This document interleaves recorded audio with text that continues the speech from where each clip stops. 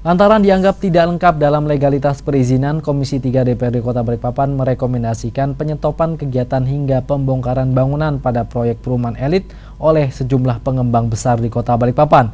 Tidak hanya itu, bahkan diantaranya juga terdapat pengembang yang nekat membangun jalan melewati garis padan sungai dan berdiri di atas jembatan tersebut.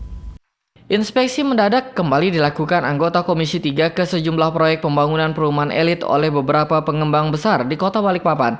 Dalam sidak yang dipimpin Ketua Komisi 3 Andi Arif Agung ini menemukan masih adanya pengembang yang belum memiliki izin mendirikan bangunan.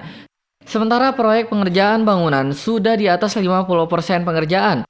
Melihat kondisi tersebut, para wakil rakyat ini pun akhirnya merekomendasikan kepada pemerintah kota melalui instansi terkait agar segera melakukan penyetopan kegiatan hingga pembongkaran bangunan. Selain itu, salah satu pengembang lainnya yang melakukan proyek pembangunan megah, namun tetap terdapat pelanggaran diantaranya proyek pembangunan jalan di kawasan usaha pusat perbelanjaan yang dibangun di atas sungai. Hanya saja saat coba dikonfirmasi, pihak pengembang enggan memberikan komentar.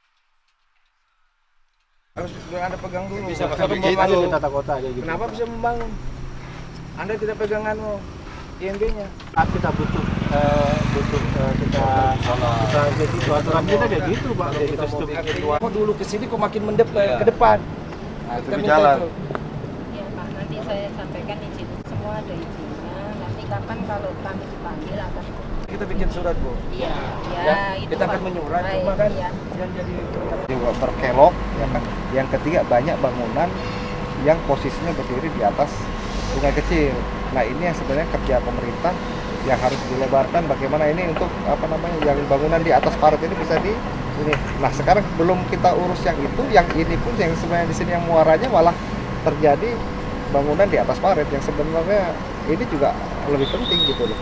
Malah terjadi penyempitan ya, Ya malah jadi penyempitan. Apa bedanya di sini sama di sana? Artinya kalau kita mau mikirkan yang di sana ya di sini muara juga harus. Kenapa nggak dari awal langsung perizinannya? sebenarnya muara yang harus lebih lebar.